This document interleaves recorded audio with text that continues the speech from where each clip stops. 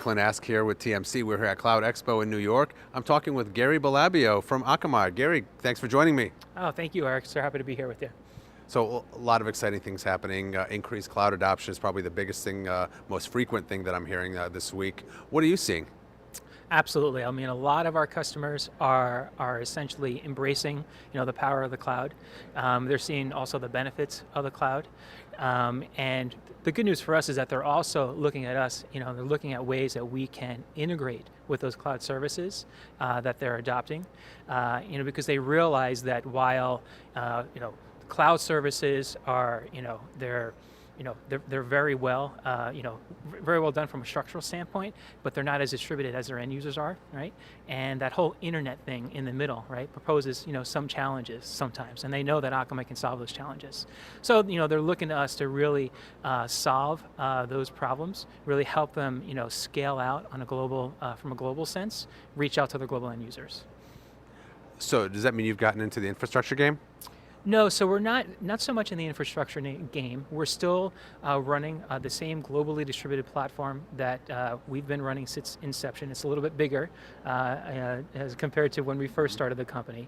We're not an infrastructure company. We're not a cloud. We're not a cloud service company. We're not infrastructure as a service or platform as a service. But we do provide services to those types of companies, to anybody who is adopting infrastructure as a service, anybody, any sort of SaaS provider. They can utilize Akamai, right, and get the same benefits, through the internet that they're, used to us providing. How do security questions and concerns play a role? Security is definitely top of mind, especially as you're moving applications from an internal environment to an external environment. Luckily, we do have a very sound security offering, right, on our platform. It's a distributed offering. So no matter where you're hosting your cloud application, you can sit Akamai in front of it and know that we're protecting that application. When you first sign up for Akamai, Akamai provides a natural defense mechanism just by the sheer fact that we're a distributed network and all the requests from end users are dispersing across our servers. That provides a natural defense mechanism. But even on top of that, what we're able to provide is protection against application layer attacks, SQL injection, cross-site scripting types of attacks. And that's done through a distributed web application firewall that we have on our servers as well.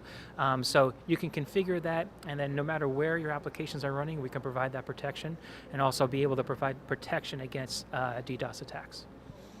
How does what you have to do, not only in terms of security, but generally speaking, when you're dealing with cloud providers as opposed to traditional technology? How does what we do differ?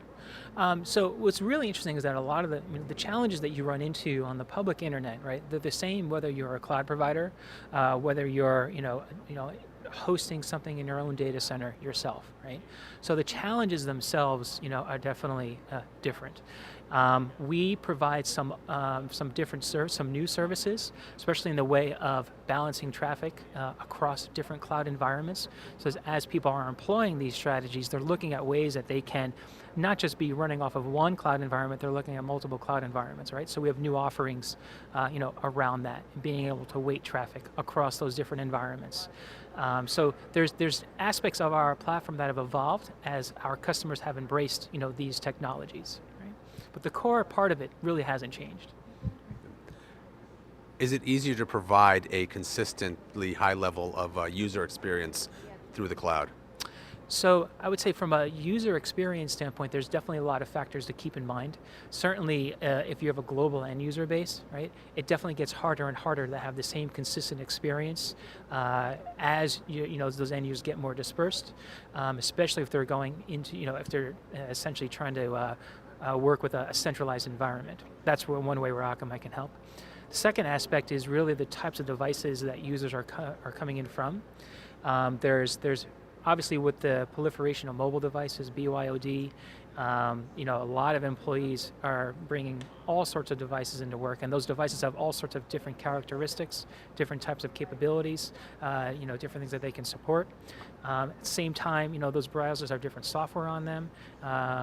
Those mobile devices have different software on them, like different browsers. And all that, creates a different experience for the end user. On top of that, there's the connection from the end user. coming in from 3G or 4G or Wi-Fi, right? All that can affect the experience for the end user. And taking all that into account, it's actually really difficult to structure your application or structure your website, taking all those elements into account.